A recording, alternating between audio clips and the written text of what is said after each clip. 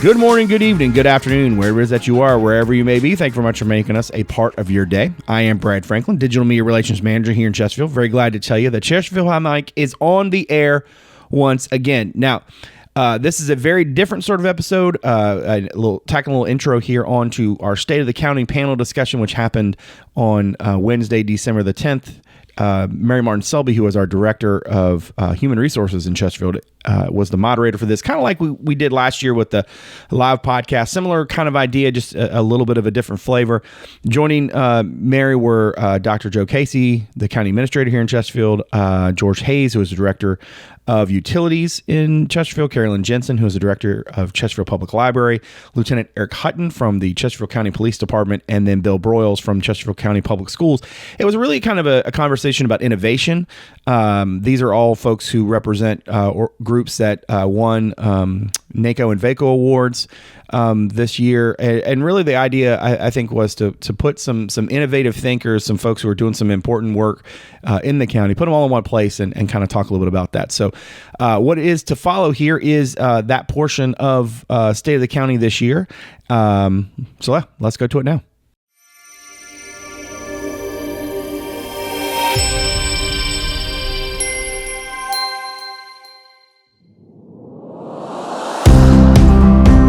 Hi everyone, I'm Board Chair Jim Engel. On behalf of the entire Chesterfield County Board of Supervisors, it's a pleasure to welcome you to this year's State of the County Address.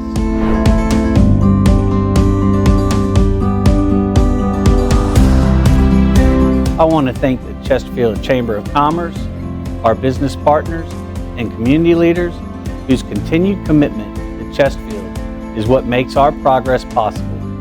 Innovation today looks a bit different than it did decades ago. It's not confined to one region or single industry. It happens in classrooms, sports fields, and even government. Innovation is about finding new ways to solve problems, and that's exactly what Chesterfield's doing. Each and every day, we as local government are challenged to address the issues that matter most to residents, like affordable housing, transportation, and education. The county's strategic plan sets forth our vision to be an extraordinary and innovative community where residents can live, learn, work, and play.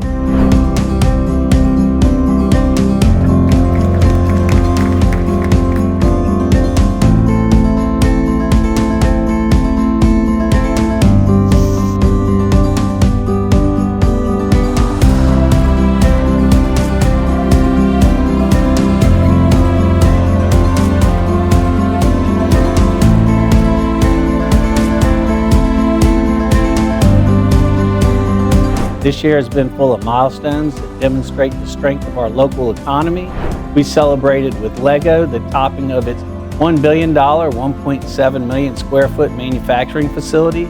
LEGO's decision to build here affirms what we already know. Chesterfield attracts world-class companies because of our prime location, exceptional public schools, and highly skilled workforce, and a wealth of businesses that provide incredible support. And the good news doesn't stop there. Google announced that Chesterfield will be home to their new state-of-the-art data center as part of a $9 billion investment across Virginia. This will be the largest capital investment in Chesterfield's history, generating millions in local tax revenue, creating a foundation for technology-driven growth. Innovation is not just about technology, though. It's about the people and the creativity and collaboration that transform lives for the better.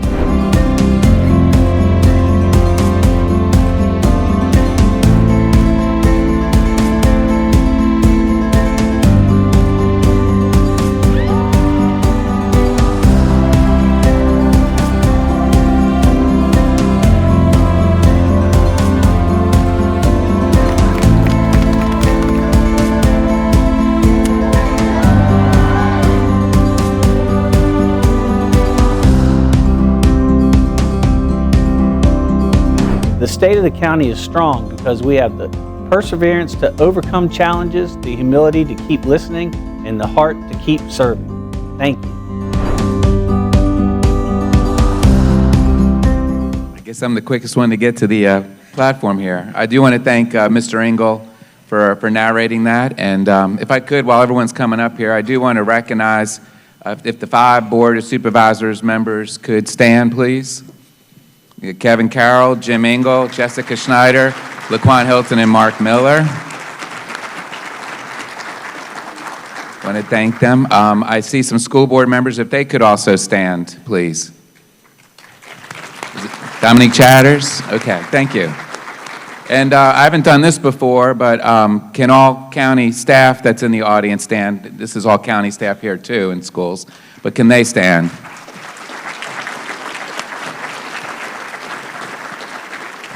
Well, again, I just think it just is going to set the tone that it takes all of us to do what we can for local government. And I was just stalling while Mary got up to the podium, so she's going to take it from here. Thank you, Dr. Casey. And thank you, Chesterfield Chamber, for having us. This is indeed an honor and a privilege to be before you today to talk about something that is close to our heart, and that's the work that we do in Chesterfield County. My colleagues are here with me today to talk about innovation. Thank you, Mr. Engel, for kicking it off with that video. I think you teed it up nicely for us to get into a really good discussion. A little bit about myself. I've been with the county now for, they say when it's over 30 years, you just say 30 plus years, and you don't actually give that number. So I've been with the county for 30 plus years. Came to this area from Southside Virginia, South Hill, grew up down on Lake Gaston, and came here to go to undergraduate and graduate school, and fell in love with the place, and been here ever since. I run the HR department, so I help these guys and gals get and keep the people that they need in order to provide services to our residents and our business community. So I actually looked in personnel files to determine how long these folks have been in public service. And if I did the math correctly, the 6 folks up here, including myself, we have amongst us a combined 175 years of public service. And we're really not that old.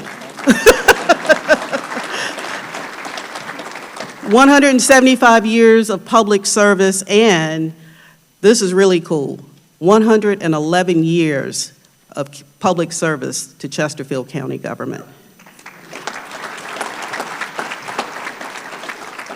So I think that's pretty cool. It also shows that this is not just the work that we have chosen or the jobs that we've chosen. It is a calling, right? Public service is a calling because it is a 24/7 commitment. You're always on the clock because the services and programs that we provide are around the clock businesses, and even when we may go home to rest at night, we are still responsible. And I just want to say thank you to this group of folks. This isn't what we do on a regular basis. As a matter of fact, it's a little uncomfortable to stand up here and tell you how wonderful and great we are. We just like to go and do that work because it's part of our DNA to do things better than we did them yesterday. We have a county administrator and a board that supports that encourages that. And just happy to be a part of an organization that really takes pride in its people, encourages its people, and really does invest in the people. I have a great job because of the Board of Supervisors and the county administrator. When you have leadership that understands that the most valuable asset that we have, not our buildings, not our real estate, sorry, Garrett, it is, and I think you would agree, it's those folks, boots on the ground, those folks that are doing it every day for our residents and for our business community. So when you have folks who understand that and they make those commitments and investments in people, it really does make the work that we do in HR so much easier. I understand that we are here to present and to talk to you all about what we do. And Dr. Casey knows sometimes I go off script a little bit. When you have 30 plus years, you can do that. And so I understand that you guys can't ask questions, and that's fine, but I do want a little bit of participation. right? Because, again, this isn't what we do. We don't present on how wonderful and great we are.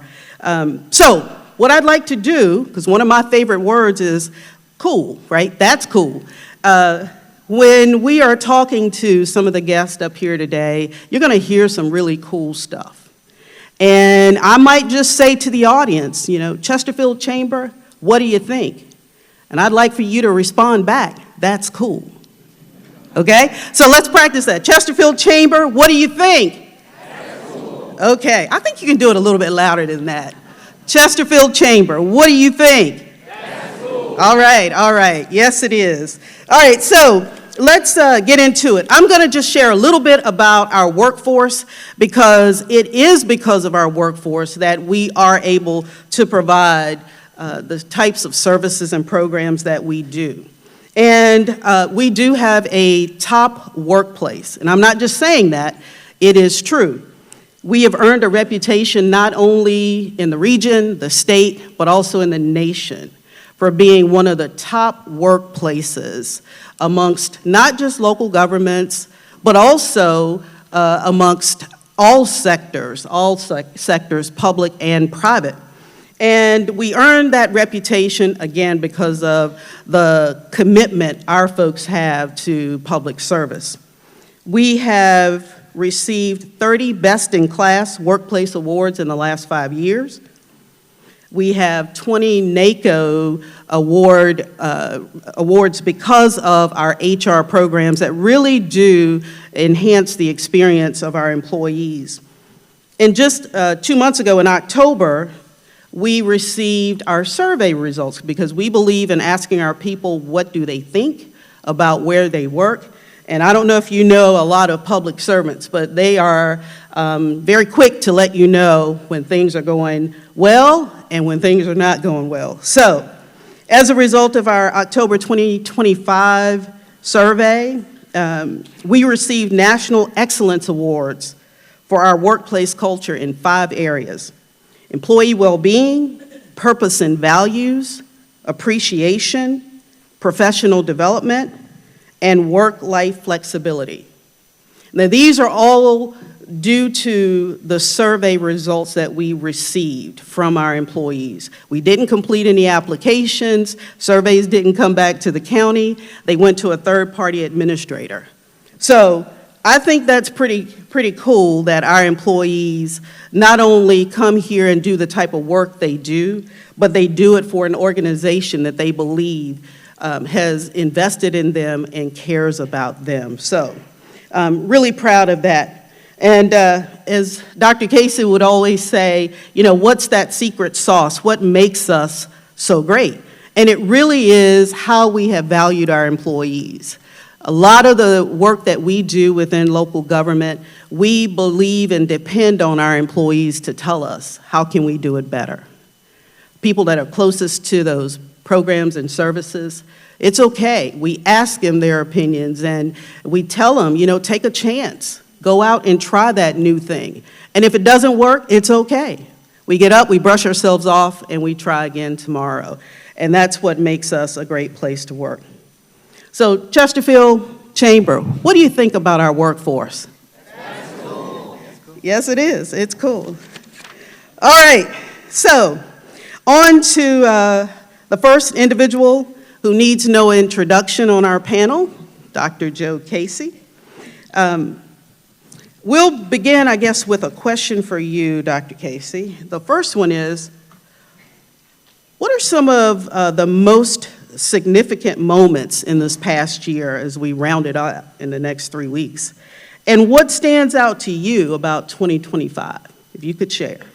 Sure. Well, first off, it's the engagement factor that we have with all of you. And just to show how many people may be engaged with us and pay attention and use the QR codes that are on your table, from a show of hands, how many people got a message yesterday that I may be doing something next July?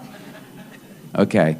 For those that didn't raise your hand, get that QR code and take a picture of it, because then you'll know what I'm doing next July. And I'm not going to mention that anymore to make you want to get engaged with us. But having said that, 2025, and again, I'm one of those people, we still got a couple more weeks to go. So we're not done yet for 2025. But just to give you an example of the average day in life of administration, of even the Board of Supervisors, we started around 7 this morning downtown Richmond in the Valor Awards. And for those that don't know the Valor Awards, I highly encourage you to get involved and engaged. It really is the Central Virginia's recognition for our first responders and the examples of stories. It's, they have bronze, silver, and gold categories for award classifications for those that have put themselves in harm's way to save somebody, quite frankly. And the pride that, our board, all 5 board members were there. There were 20 individual awards given out. Some were in groups of teams because it takes teams sometimes to accomplish something. 14 of the 20 awards in Central Virginia were Chesterfield firefighters or police officers. So maybe throw that one out there. I think you're supposed to say that's cool. But, and again, they are just representative stories. This is an example. Not everything is a first response in Chesterfield County. This is where we take pride. If we have the skills and training to save people in Chesterfield, our swift water rescue teams are recognized as the best east of the Mississippi. We were deployed down to Wythe County during those Hurricane Helene, and if you recall, seeing the disastrous, creeks, rivers rising, we got called and we had a shift of 17 straight hours that did nothing but rescue people, rescue dogs, and cats. I'm not a cat lover, but I understand that they did that. But having said that, their team got recognized, rightfully so. We had officers get recognized who were doing their duty and were getting shot at doing their duty. But those are just 14 people. We have probably 1,500, if you will, those that have taken the sworn oath to serve, the sworn oath to put their life on the line for you. And I try and get to know all of them because they're all good people. I've had to visit some in hospitals when they've been injured.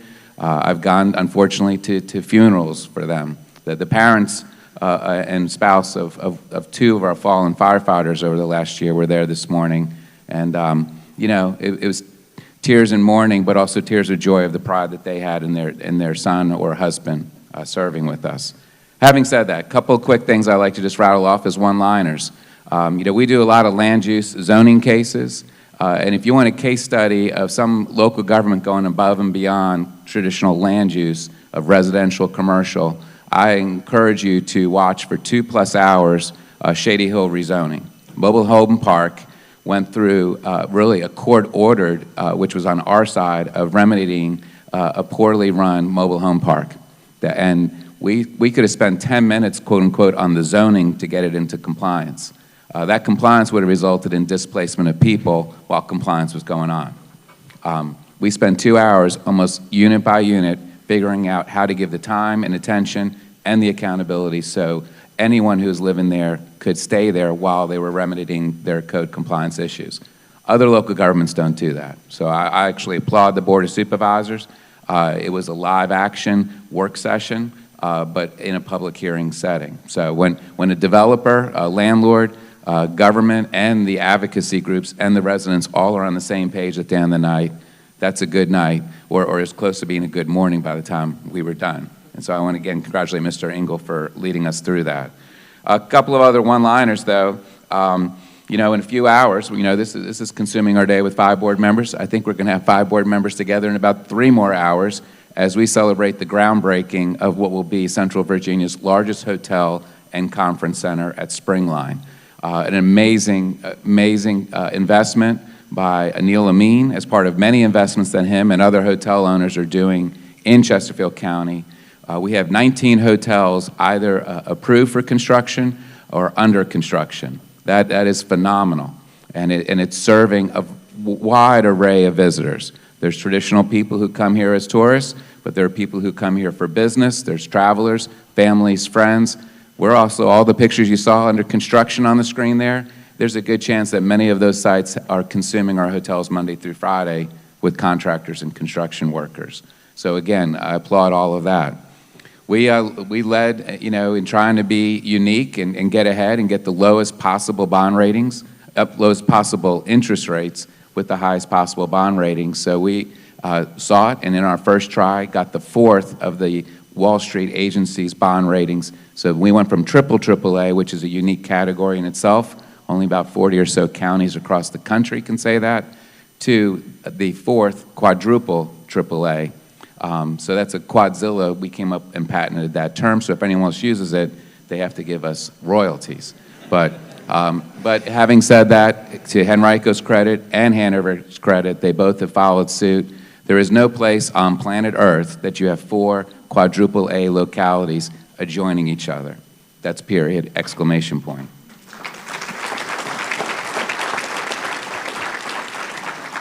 A lot of the pictures you saw on the screen there too, and again, I don't want to be redundant, we're going to be pushing this out. The QR codes can get you access to the video you just saw as well. But it goes without saying, you know, the groundbreakings and ribbon cuttings, we have dirty shoes in Chesterfield County. My wife makes me take them off when I come in the house because there's always mud on them. It always seems to be mud when we do groundbreakings. They don't make it easy for us. The ribbon cuttings, you know, it's even getting harder to cut the ribbon because I think the scissors is getting dull. We can fix that. You know, and we're working on getting a sharper scissors because we've had to gnaw it off with our teeth sometimes. But having said that, you know, we've also started topping out ceremonies. And again, that's just a little bit of a pride, a little interim step of that last beam, if you will, that's put into the structure. Nothing more joyful and tearful than in seeing a bunch of students sign the beam of the school that they're going to be going to in about a year after that. Dr. Lane in 2016 and myself, he was the superintendent. We started on the same day, July 1st, 2016, and we were in our orientations and all that, we saw the renovations of many, many schools in Chesterfield County and the millions of dollars it was going to take to renovate them. I'm not an engineer or a contractor, I'm a finance person by nature, and we had a long discussion saying, boy, after we spend all that money, they're going to look exactly the same. All the insides might be better, the toilets may flush better, the lights may come on better, but we're not going to have nice ceremonies. And we're not necessarily going to provide a school in the years of the 2020s that is safer, more accessible, easier for parents to drop off kids, easier for us to respond to emergencies, easier for a child to learn. So we took the daring proposal before both of our school boards and county boards and said, you know, for these extra millions of dollars, we will pivot from renovating all of these schools to building brand new schools. And I applaud both boards back then and both boards now for carrying it on, because this last referendum was nothing but building new schools. Some on site, some had to go elsewhere if it was a tight site. Some are brand new sites. And again, we are working hand in glove with our school board, you know, to really eradicate what has been a generation issue of Chesterfield County of overcrowding. Between the capacities that we're doing, between the redistrictings that the schools will be going through in a due diligence mode for what has been done, what will be done, as well as designing programs and services. This building itself will have 650 more new students coming to it as we have consolidated the administrative offices and moved them all out of here. And those are 650 students that actually all have a home high school elsewhere. These are 650 students who are going to get a trade, a certification and accreditation to provide that workforce pipeline. I realize that I'm actually not the entire state of the county, I just realized that, so I'm going to pause on that. Okay, thank you. Right. But we do have a couple of other questions for you. I think based on what you told us, 2025 has definitely been a successful year. You talked about schools, you talked about financial stability, you talked about other growth and development. Chesterfield Chamber, what do you think? It is cool. So keeping that momentum, if you could, we know innovation is a big focus of the State of the County event, but it's also a topic that I think takes a lot of our time in terms of conversations and discussions back in the office. What do you feel we need to stay focused on related to innovation, and what are some ways you've seen Chesterfield, some other ways you've seen Chesterfield be innovative? So my mom always said, 2 ears, 1 mouth, use them in that proportion. So we, I think, collectively try and listen more than we talk. I think we listen to our workforce. Our board of supervisors listens to the citizens. We listen to citizens. We listen to business. So having said that, we try and make ourselves better every day. There's no such thing as a bad idea. All ideas have to be vetted. Just to, in a brief moment, I'll just say simply, there's ideas of how to save time, there's ideas how to save money, maybe make for a better customer, citizen, student experience. But there's also ideas of how to create a better work environment for those that are working there.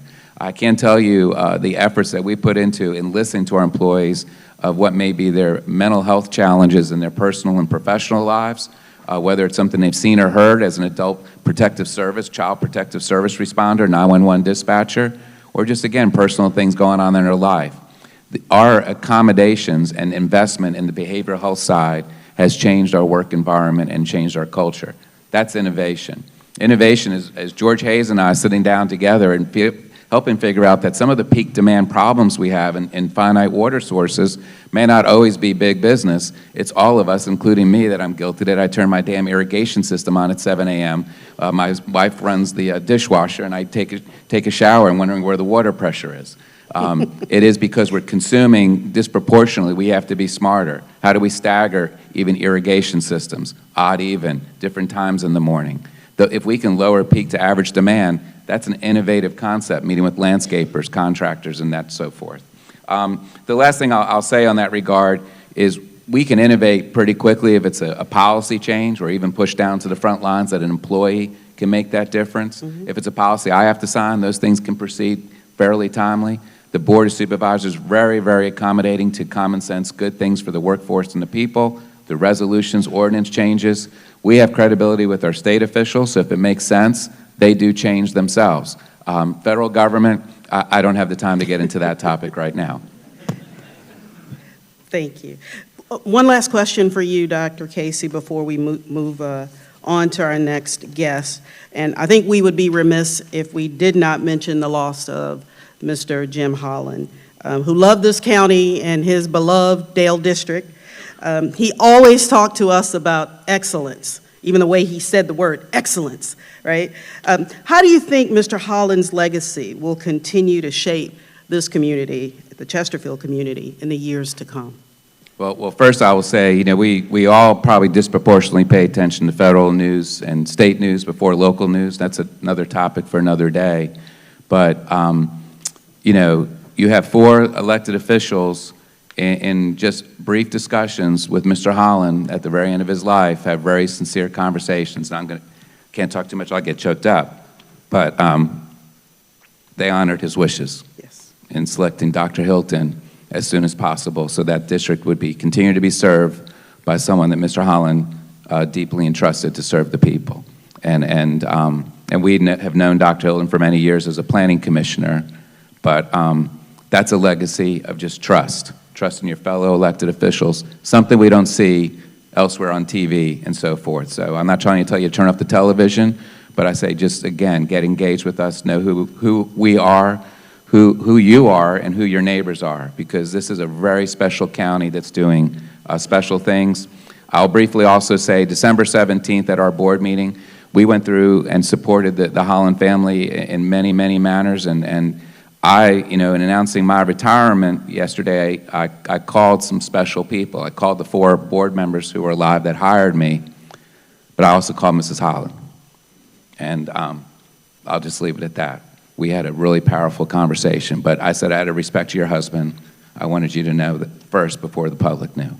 But December 17th, 6 p.m., we are really having a culmination of various recognitions presented to Mrs. Holland, so much so that she's just going to have to sit down with the 5 board members at the dais and just accept various trinkets and resolutions, a collage of 20 half-staff flags of local government flown across the state the day of his interment.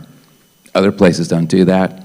We didn't really have to ask hard. They were calling us saying, what can we do? I said, boy, if we can just have your flag at half-staff, that will show that you cared about him, and we're presenting that to the Holland family.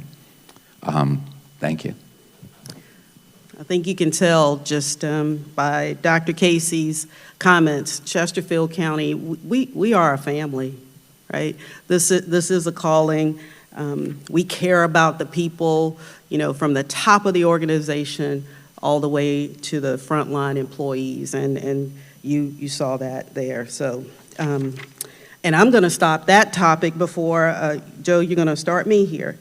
Let's transition to the panelists who are here with us today.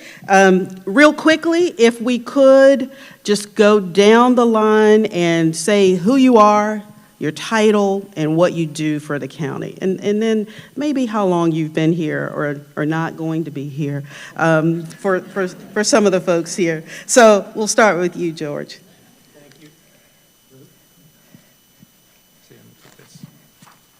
Thank you, Mary. I'm George Hayes. I'm the Director of Chesterfield County Utilities. I've been in the water and wastewater industry for 34 years now. 20 of those years served at Chesterfield County Utilities, and I've been the Director since 2015. Mary's comment is that I am retiring this year. Friday is actually my last day. I think you're up, Eric. Hi, Eric Hutton. I'm a lieutenant with the police department. I oversee our Analytic and Strategic Operations Center and our Investigative Support Unit, and I've been with the department for 17 years. Hey there, I am Carolyn Jensen. I am the incoming new Director of Library Services for Chesterfield County, effective December 20th.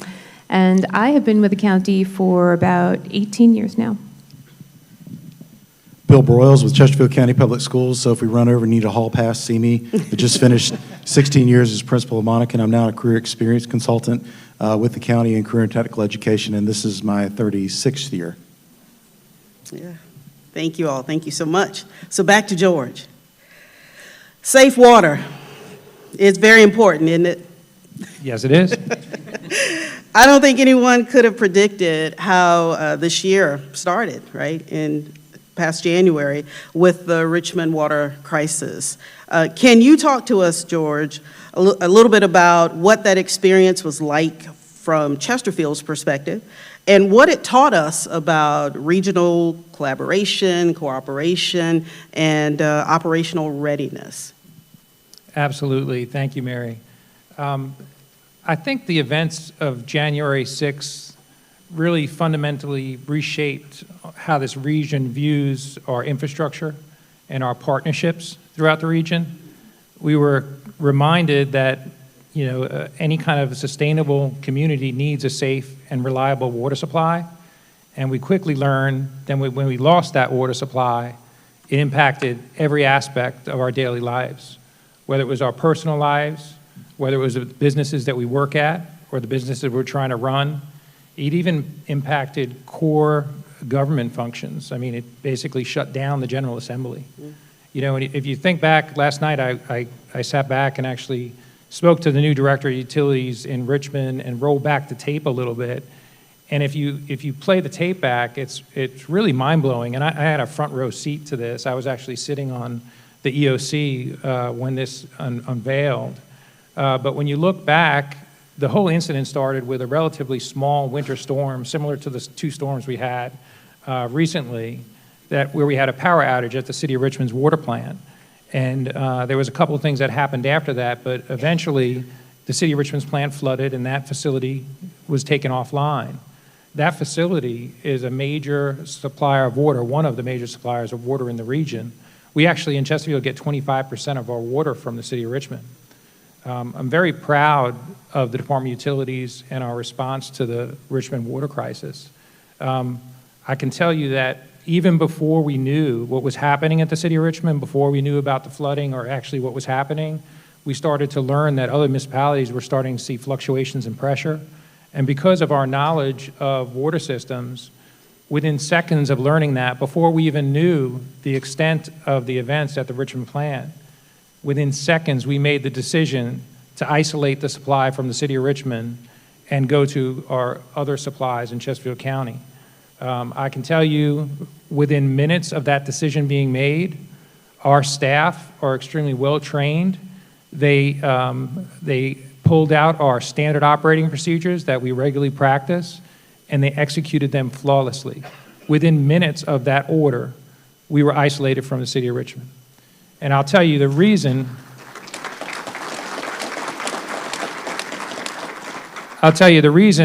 There's two reasons why we isolated from the City of Richmond. And the first one is quite apparent, that we wanted to ensure that the citizens of Chesterfield County weren't part of this emergency of boil water crisis.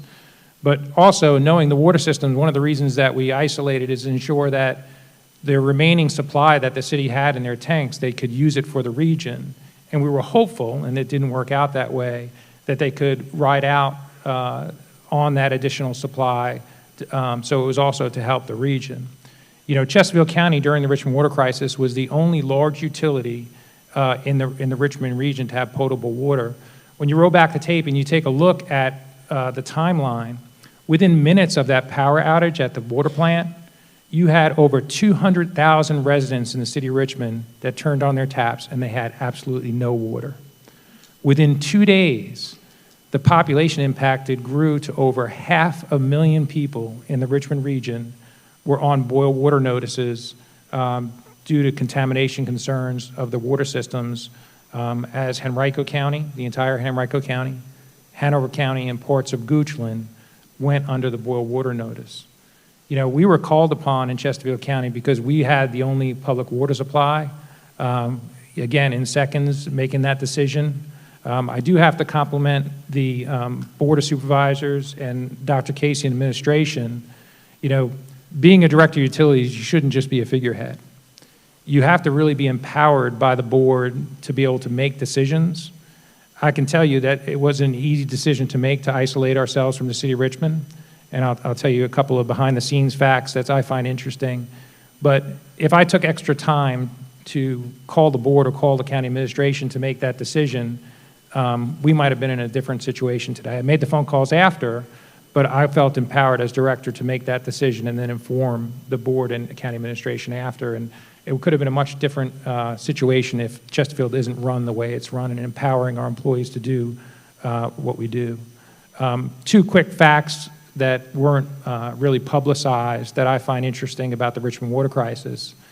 When we made the decision to isolate from the city of Richmond, our Addison Evans water plant was actually proactively taken offline for a rehab project. So we did not have that other supply.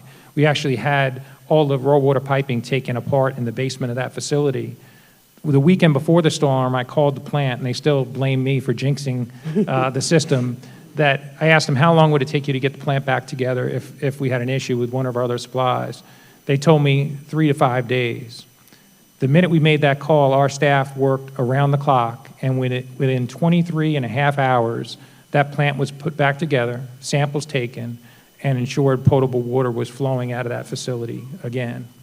The other thing that was really amazing to me is that back in 2015, and you don't hear these stories a lot of times in the media, when we were negotiating a new contract with the city of Richmond for another supply at our Huguenot station, we identified an emergency interconnect with the city on Dillon Road, and we executed that back in 2015. We knew we had that emergency interconnect when the city went down. We actually, during this entire Richmond water crisis, we pumped water from the southern part of Lake Chesden at our Appomattox River Water Authority through miles of transmission mains to the furthest northern portion of Chesterfield County and fed the city zones 7 and 7A. All those customers probably today don't know why they had water. They didn't know they're drinking Lake Chesden water, but they, during the entire Richmond water crisis, remained in potable water during that entire crisis because of the great work that our employees do in utilities every day.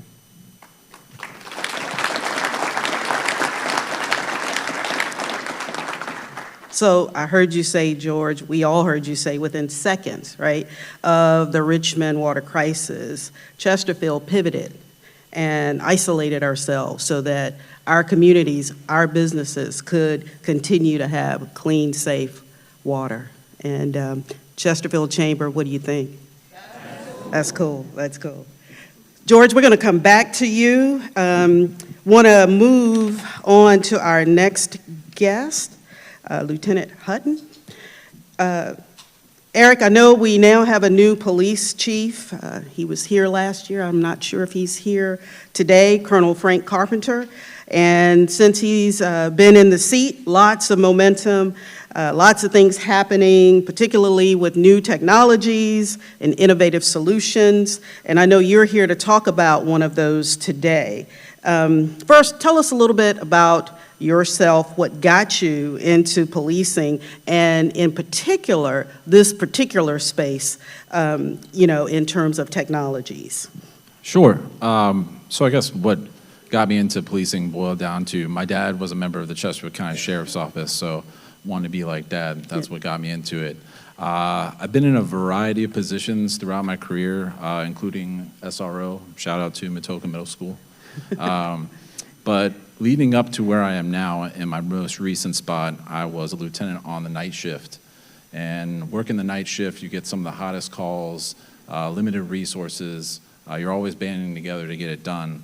And one of my mentors in the department asked me, hey, have you ever considered working in special investigations? I hadn't really given much thought to it. And he goes, yeah, because we have the Analytic and Strategic Operations Center that's coming along. You've heard intel units on the radio helping officers out. I'm like, oh, okay. And I'm a huge comic book nerd, so as soon as they pulled back the curtain and showed me, this is the police department's Batcave, essentially, with all the technology. Here are the keys. Yes, please. So we just celebrated our 1-year anniversary of being fully operational back in August. Yeah, it's been a wild ride. Okay, so this is a fascinating topic, and Eric knows this, that when I grow up, I'm going to go work for Eric over at ASOC.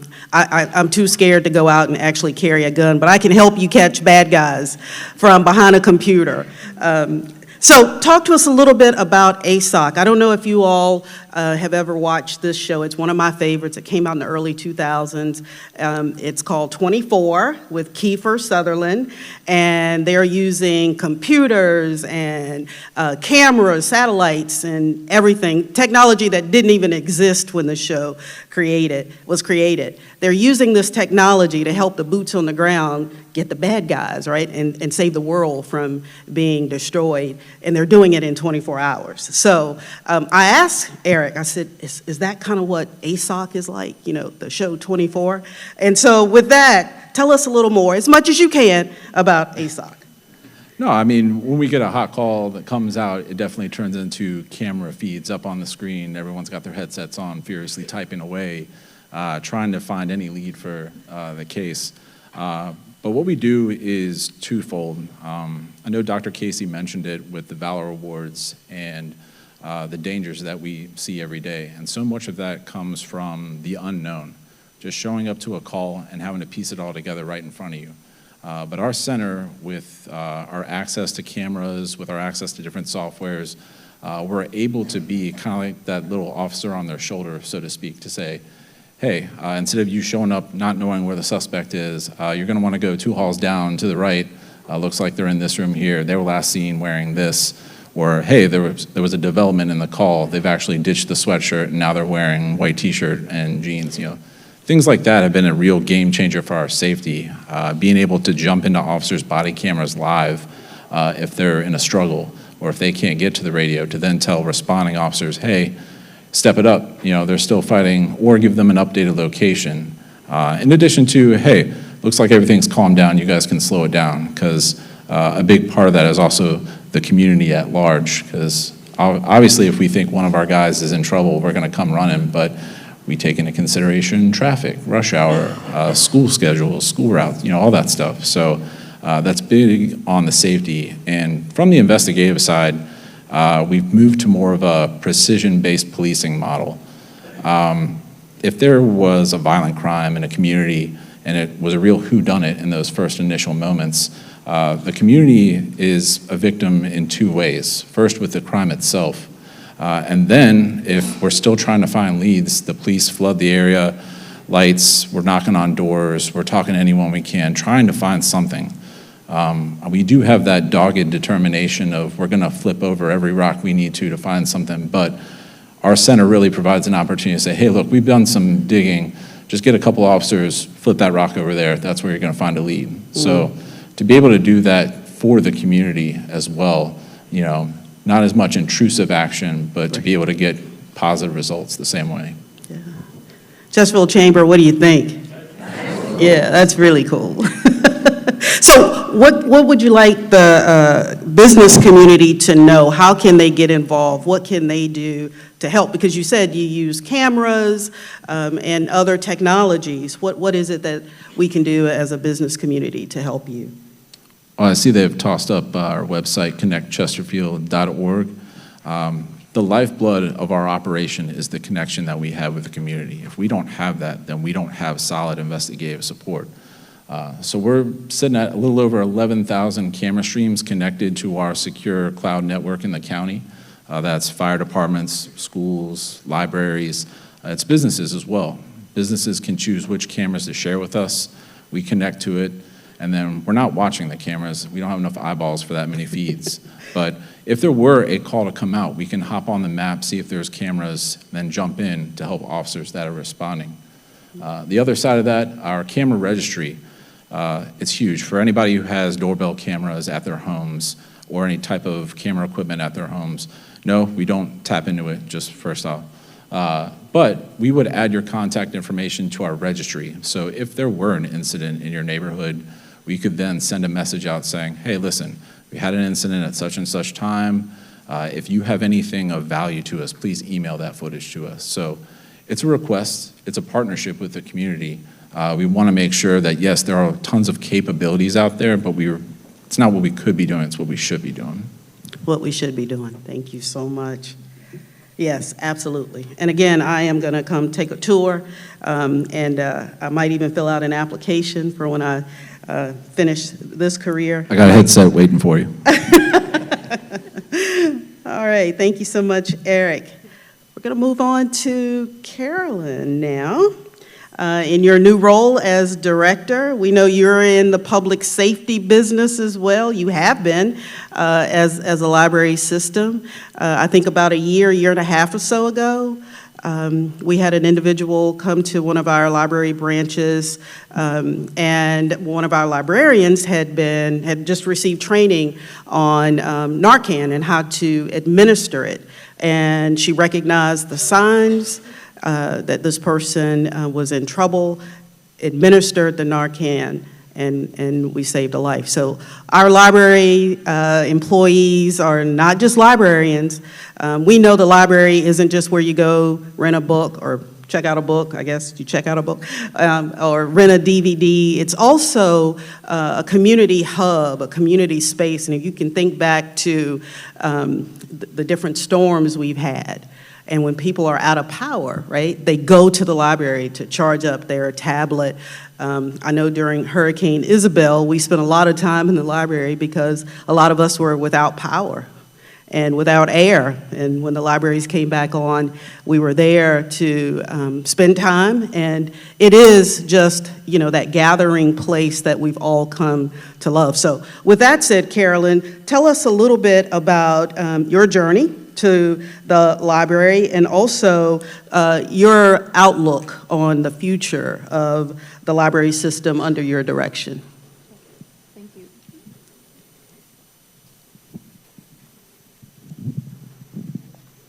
Thank you, Mary. Thank you, Mary.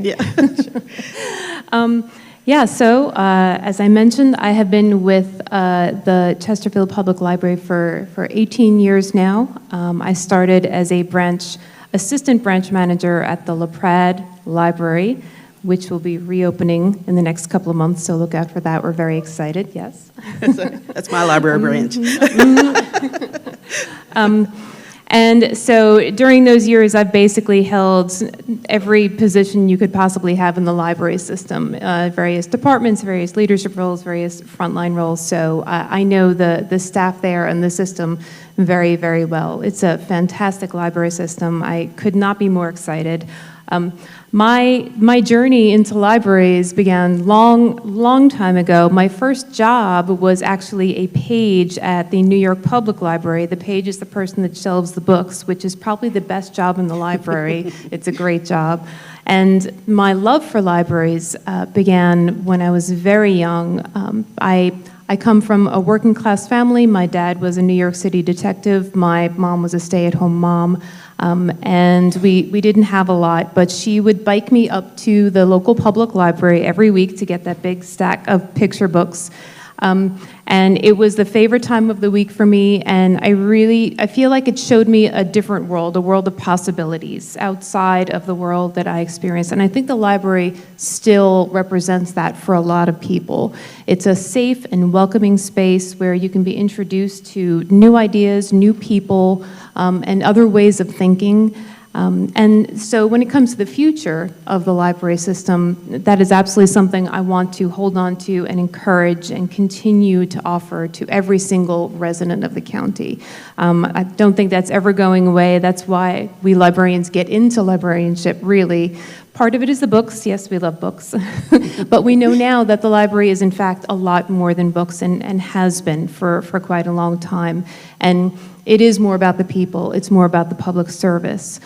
When we get people coming into the library now, sometimes it's to find that book, but a lot of the time it's with just like the glimmer of a question, or how do I do this, or who do I talk to about this, or how do I access this? I need to fill out a form. I need to apply for a job. I'm thinking about starting a small business.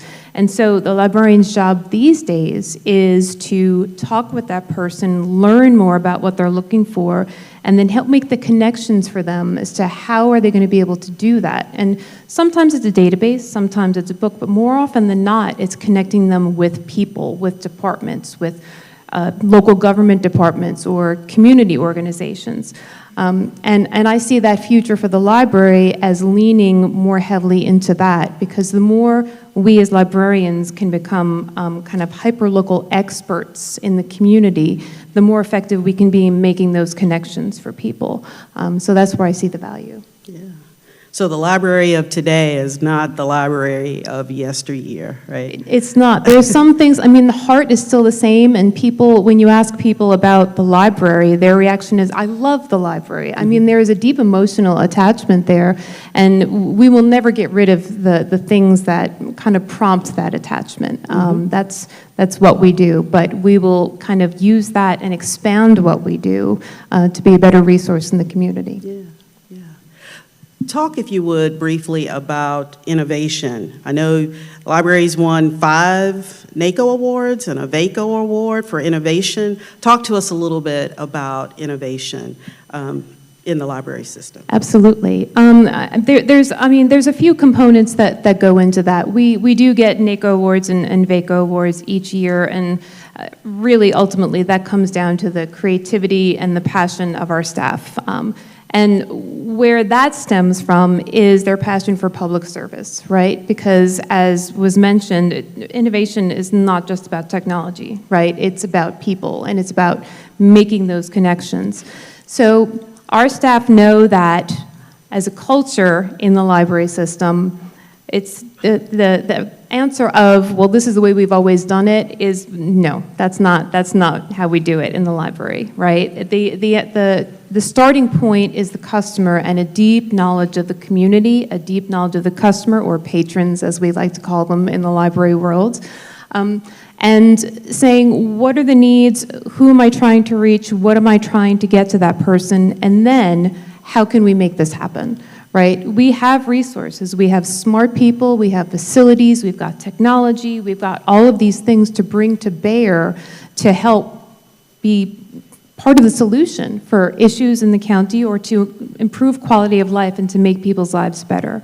So we have just ingrained that into our culture to think outside of the box.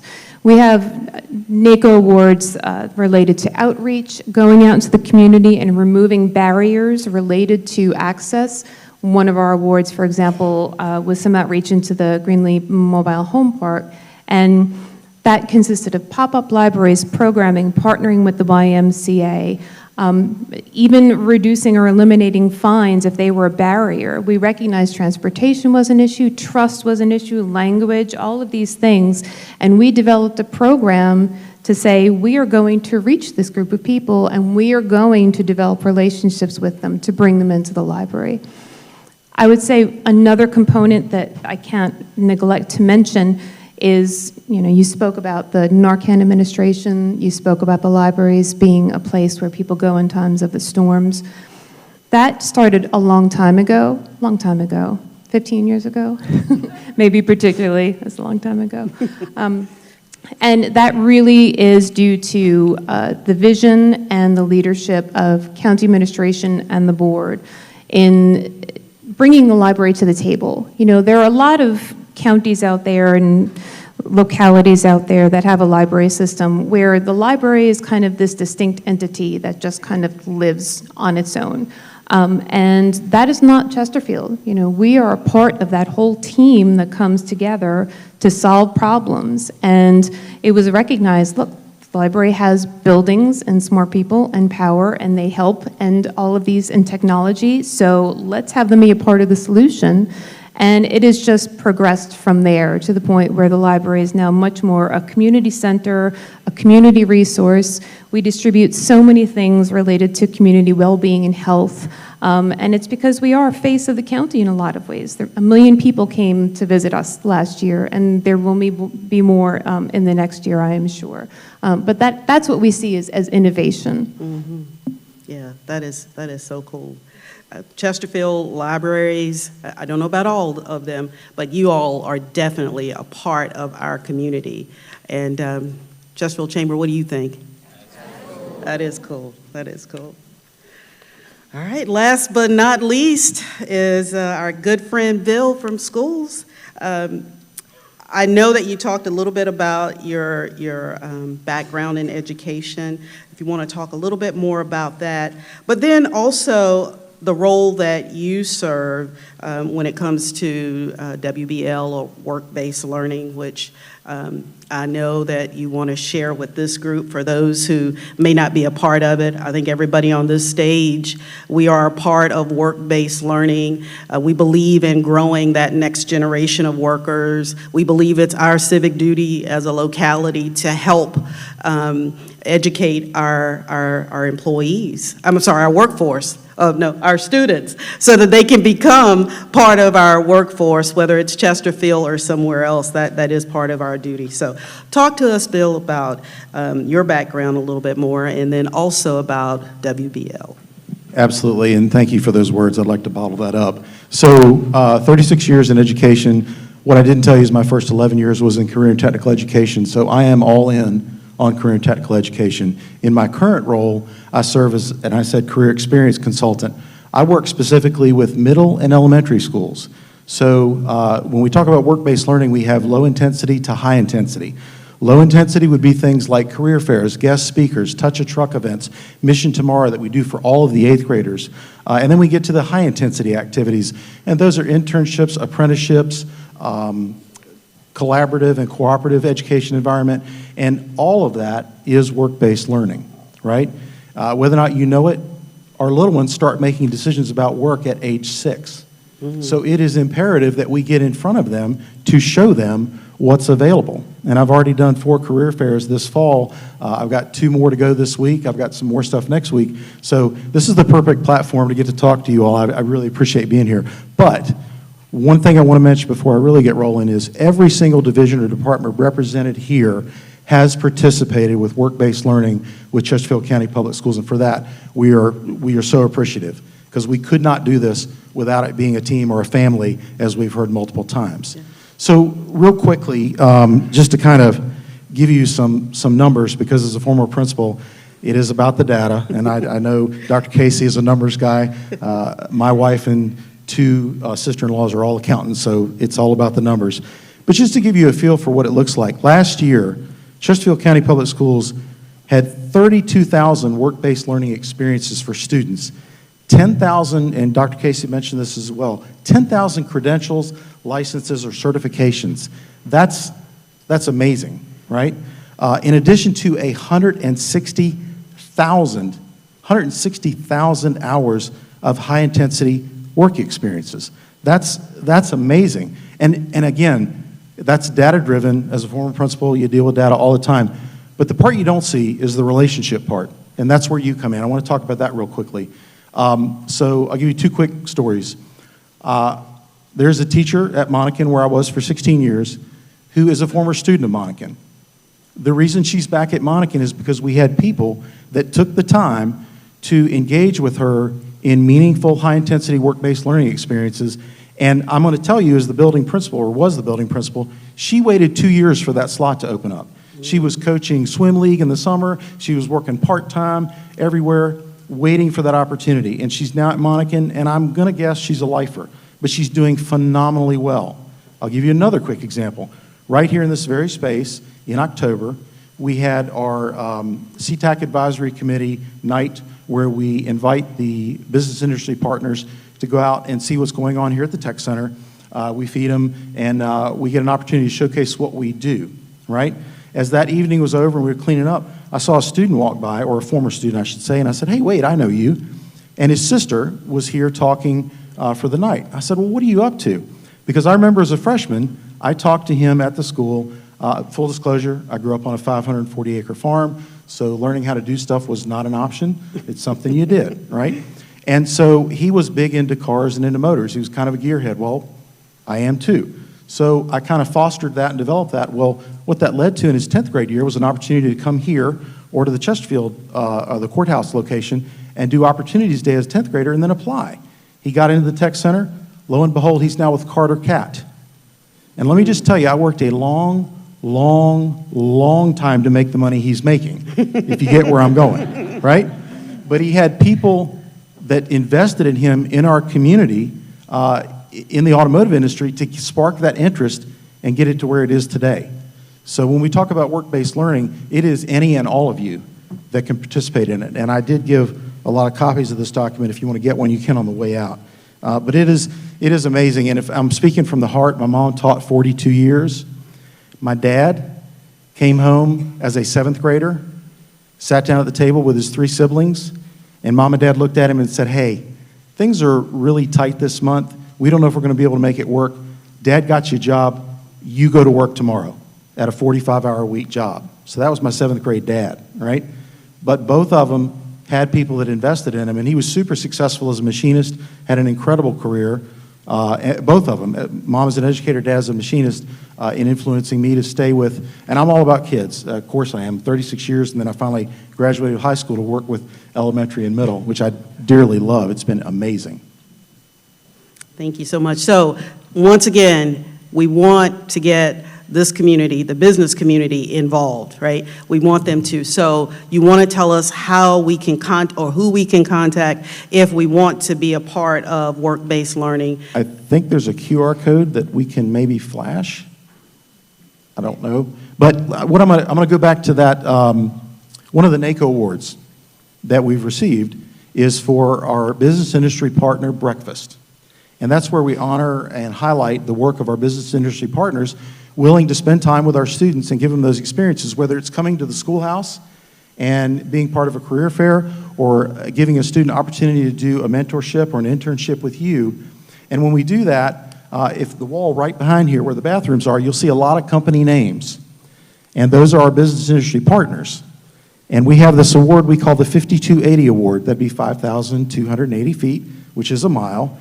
This is for going the extra mile. So you'll see some of the names out there are a little bigger because those businesses have been able to really engage with us. So again, I can get you that information. Chesterfield County can get you the information. But again, the opportunity to partner with you to help our students K through 12 is huge. You can see it by the numbers we've given you.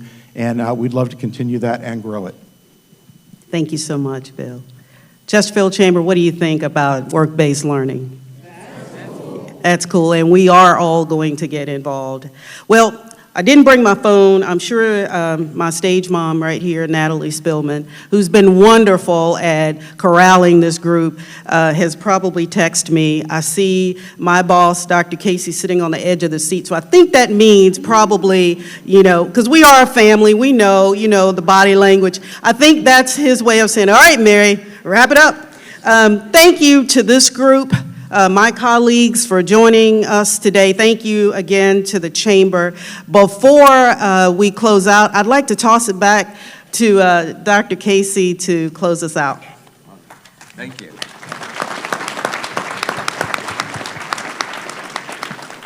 I'm only standing up over here because I haven't seen these people yet, so this podium has blocked my view of them. I would pride myself on situational awareness, although my wife always questions that.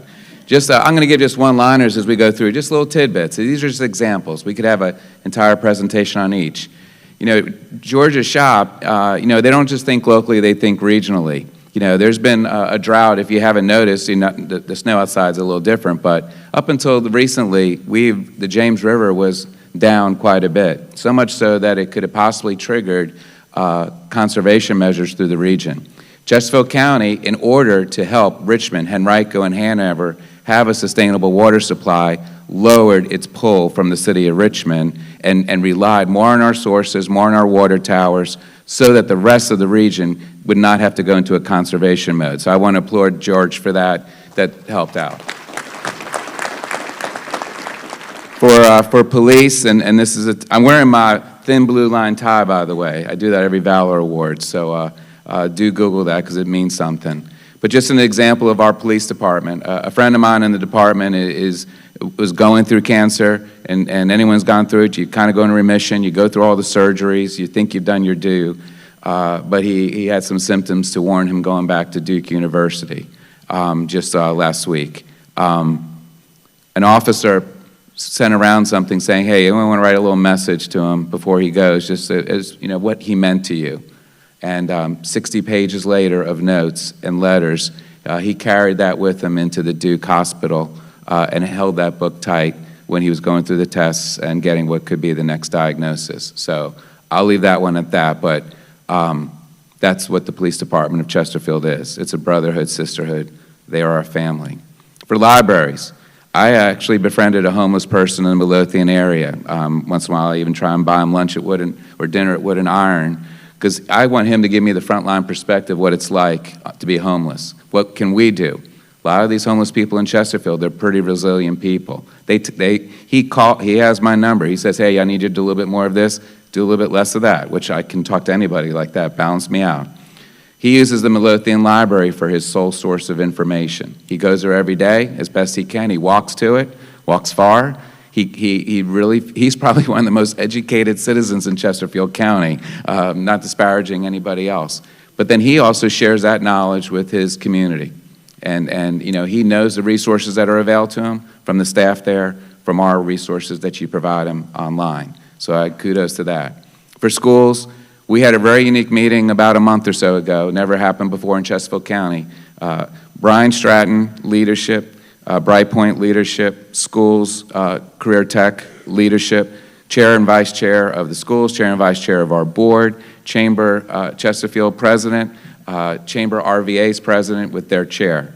All sat around and said this infamous workforce pipeline, the pipeline needs, if you need a job, that pipeline has to start in Chesterfield, it has to start in the region. You assign us the homework problem of what you need, give us the lead time. I can't snap my fingers and say I got this person ready tomorrow.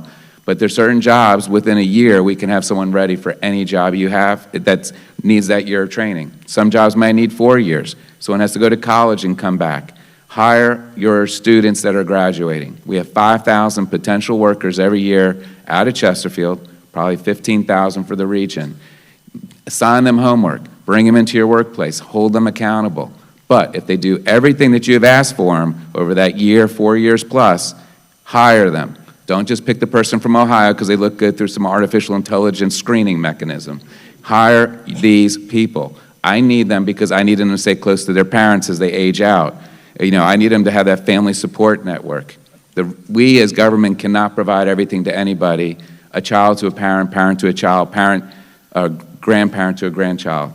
That's going to grow the roots of Chesterfield County. You're hurting us when you pick somebody from afar when the number 2 candidate lives next door. That's a warning for now. I'll be a little more.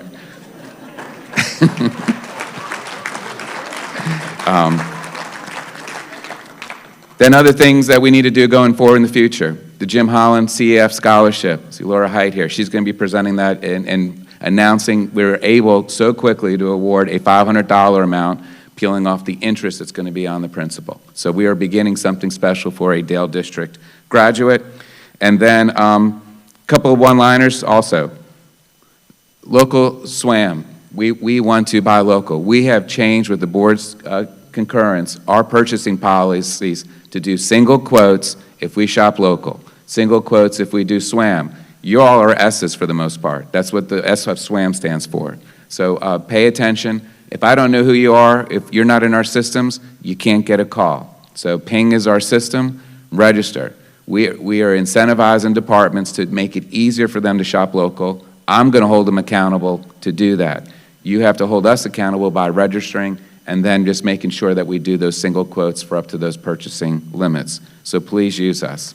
And then just a topic that's becoming more honest in conversations that we just need to figure out as a local government, what could be state resources, private, nonprofit partnerships. But for a county this large and this size, we do not have a domestic violence center. That is really what we could push to. We have resources, we can send people here and there, we can help out, but we don't have a place we've done a groundbreaking topping out or ribbon cutting for, that we can say this is in close proximity. I know I have one board member that's sitting further straight up who is really bringing that to our attention. It's a complex issue, and we want to do it right, but we can't try and wait forever to do something right either. So we may be trying stuff, doing things that we haven't done before, but again, we want you to be part of that process because it's a hidden population. And it's actually unfortunately, if you don't have these centers and shelters, people are living in nightmares every day and maybe not be as forthcoming for their needs. With that said, thank you. The last but not least, road networks and transportation. It could be a whole other presentation, but I was talking to somebody who works in the city of Richmond, moved to Woodlake 35 years ago. He said over 35 years, his commute has only changed by 5 minutes. And I was like, you're my hero. I mean, I didn't say how you do it. Do you speed or do other things illegal? But he says because the road infrastructure has improved, wider roads, lights are better timed, alternative routes. Again, with the Woolridge Road extension that's coming, with the Poway Parkway extension to Woolridge Road itself, and again, furthering to Genito and then eventually to Hull Street, and to be toll-free in Chesterfield County at the end of 2026. We will have no toll booths in Chesterfield County.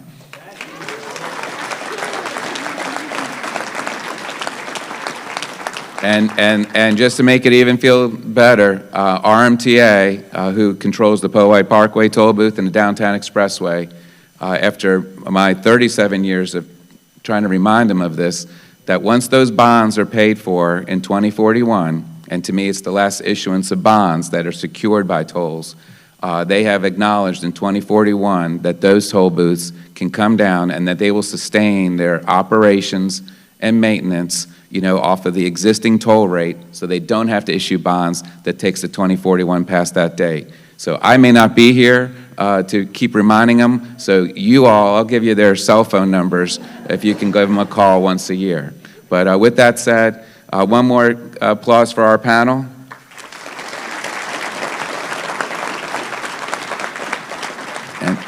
And I'm not ready to do a mic drop yet as my last exit, because I'm still going to come to 6 or 7 more chamber luncheons, but this is my final state of the county. Thank you.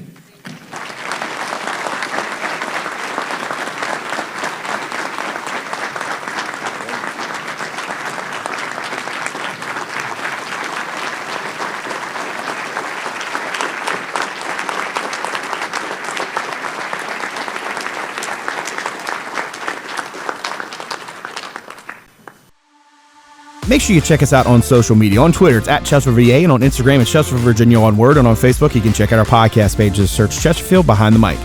Now, make sure to follow or subscribe to the podcast on Apple Podcasts, Spotify, Google Podcasts, Overcast, or wherever it is that your shows are sold. And if you're still inclined to give us a rating or review, we greatly appreciate it. As always, a video version of our show is available on our YouTube channel as well as on our website at chesterfield.gov/podcast. That's where you can submit feedback anytime, make a suggestion, or just reach out to us.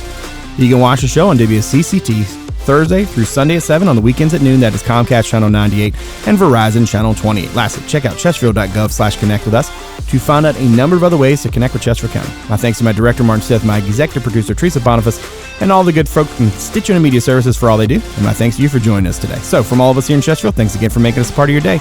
We'll see you again real soon. Take good care.